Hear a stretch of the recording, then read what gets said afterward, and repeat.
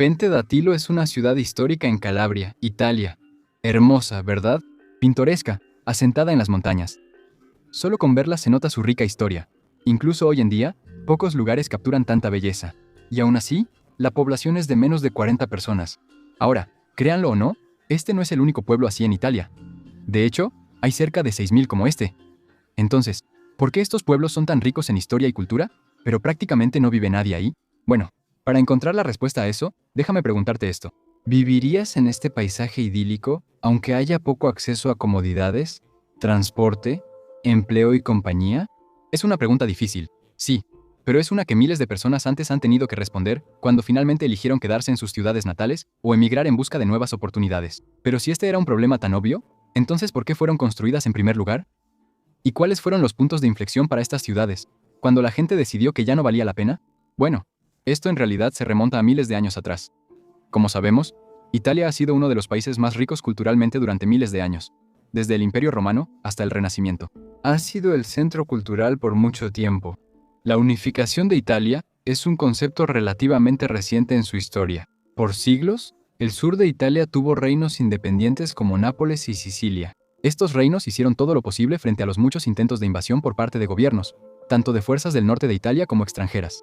Estos reinos necesitaban aldeas para crecer y abastecerse. Al construirse estas aldeas, algunas desde el siglo IX, era raro que la gente dejara su pueblo o país. Estas aldeas seguían un ciclo feudal, cultivando para sus señores y para sí mismos. Cuando surgieron centros culturales en Florencia y el norte de Italia, muchos dejaron el campo para buscar trabajo en las ciudades. Por eso muchas personas en Norteamérica pueden rastrear sus orígenes hasta Italia.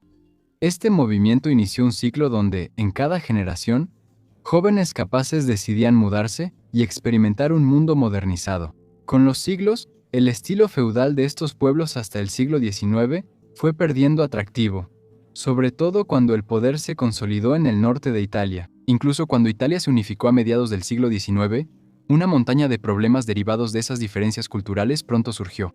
La caída del feudalismo empeoró los ingresos y condiciones de campesinos y obreros. Sumado a brotes de enfermedades y al aumento de la delincuencia, muchos descubrieron que tendrían mejores oportunidades en otro lugar, especialmente en las Américas. Por eso hay lugares como la pequeña Italia en Nueva York. Entre mediados del siglo XIX y la Segunda Guerra Mundial, unos 9 millones de italianos emigraron, muchos de pueblos ahora abandonados. Pero ¿qué ocurrió con quienes permanecieron? Italia es, por supuesto, una tierra con un linaje orgulloso y lleno de historia que se remonta a miles de años. Y eso es igual de cierto para quienes encontraron su hogar en el campo, así como para las casas mismas. Es difícil dejar una historia tan rica, sobre todo cuando sus restos siguen ahí, antiguos pero orgullosos. Sin embargo, esa riqueza también tiene dificultades. Varias dificultades, como malas cosechas, enfermedades y desastres naturales, alteraban la paz de estas aldeas. Mira este mapa de Italia. Algunos de ustedes quizás se sorprendan al ver cuán montañosa es gran parte de Italia. Y este siguiente mapa puede dar más información sobre la epidemia de pueblos fantasmas. El hecho de que estos pueblos estén tan adentrados en las montañas los hace más difíciles de acceder y salir de ellos, lo que complica cosas como la recolección de recursos y los viajes, añadiendo otra capa a la naturaleza remota de estos asentamientos idílicos. Antes, se resolvía creando comunidades agrarias en regiones montañosas, principalmente con cabras y ovejas. Hoy, un estilo de vida tan lento puede ser frustrante en un mundo acelerado, ya que no todos desean hacer todo por sí mismos, como cultivar su comida, cuando en las ciudades pueden conseguirla al instante. Para complicar aún más las cosas, está la pérdida de mano de obra joven.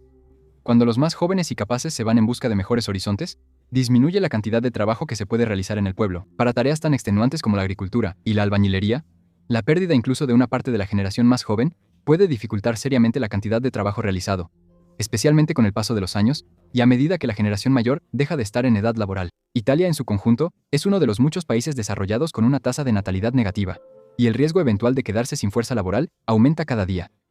Estos riesgos se están acercando aún más rápido en el sur. El sur de Italia, donde hay muchos de estos pueblos, perdió el 28% de su fuerza laboral en la década de 2010. Comparando eso con la pérdida del 18% en el norte, se muestra la brecha y la velocidad a la que se está deteriorando la fuerza laboral. Si estas tendencias continúan, aún más pueblos fantasmas quedarán completamente desiertos.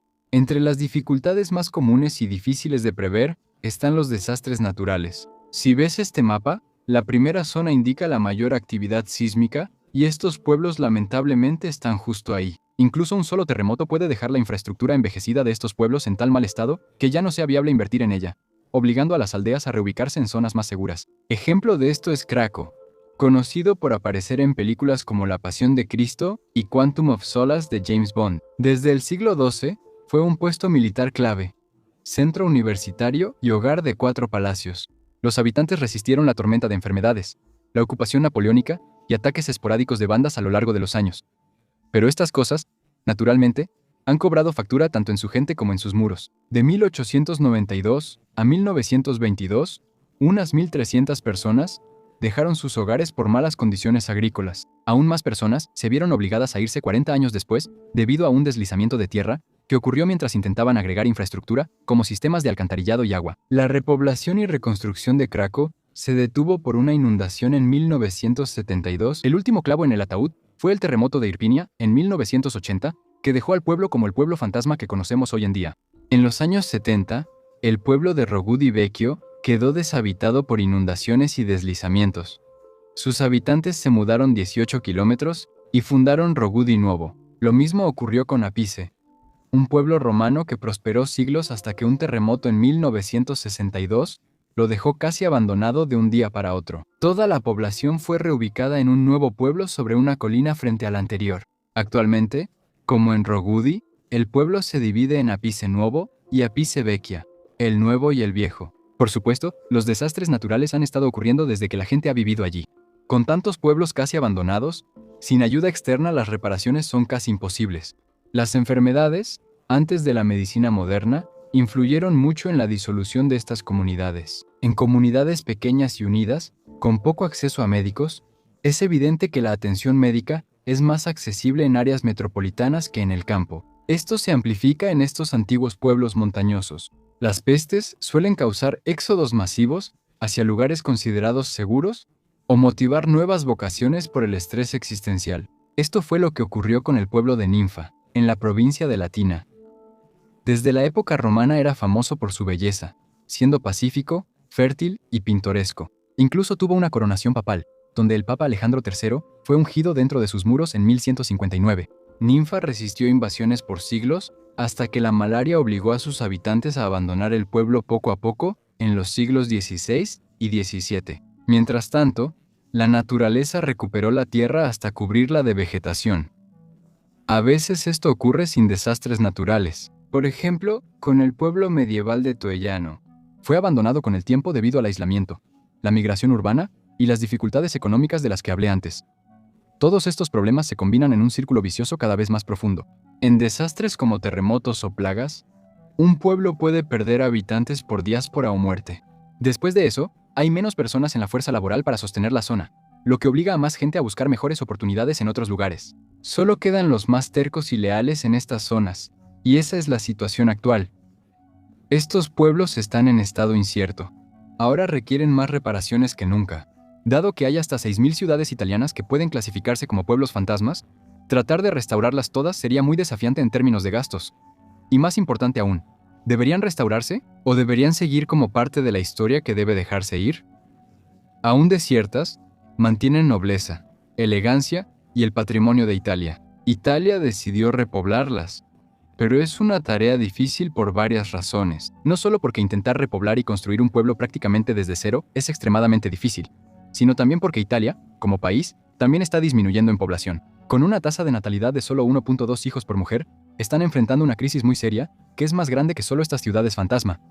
Pero dicho esto, no los ha detenido de intentarlo. Con la migración de jóvenes italianos a ciudades y empleos cosmopolitas, muchos hermosos pueblos rurales de Italia han quedado abandonados y con poblaciones envejecidas en desaparición. Algunos italianos mayores se han encontrado sin nadie a quien dejarles su casa, por lo que la transfieren a las autoridades locales, quienes tienen que decidir qué hacer con ella. Algunos jóvenes han heredado propiedades en zonas donde no planean mudarse.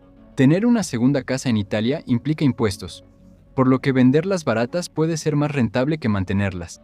Por eso, unos 25 pueblos italianos hacen a los futuros dueños una oferta que no podrán rechazar. Una casa por el precio simbólico de €1. Esto ha llamado la atención de los medios, ya que los compradores pueden pagar 1 euro por una propiedad en un pintoresco pueblo italiano con poca población. Esta es una de esas estrategias, pero claro, no es lo que parece. La casa cuesta 1 euro, pero debes renovarla por completo tú mismo. A veces hay exenciones fiscales o un pequeño presupuesto, pero normalmente gastas $30,000 en arreglar las casas después. Lo cual, no me malinterpretes, sigue siendo muy barato para una casa hermosa en algún pintoresco pueblo italiano. Pero no es exactamente gratis. Y eso es antes de los honorarios legales, que tampoco son gratis. Otra estrategia que se está usando es simplemente dar incentivos en efectivo en su lugar. Calabria, famosa por su tierra fértil, pueblos antiguos y aguas cristalinas, ofrece $31,000 a personas de hasta 40 años para mudarse a pueblos de 2,000 habitantes o menos. Cerdeña también ofrece $15,000 a quienes se muden a pueblos con menos de 3,000 habitantes. Irónicamente, la propia naturaleza de estos pueblos como pueblos fantasma también despierta interés en ellos. Para muchos, la idea de un pueblo despoblado, algo así como en un estado de bella durmiente, como lo llamarían los italianos, posee una cualidad casi mística que hace que valga la pena visitar cada uno de ellos. Aunque hoy muchos prefieren un entorno acelerado, estos pueblos ofrecen la opción de tranquilidad, seguridad, paz y un ritmo de vida lento. Así que tal vez, solo tal vez, se repueblen un poco. Pero con más de 6,000 de estos pueblos enfrentando este problema, algunos lo lograrán, y desafortunadamente, otros no.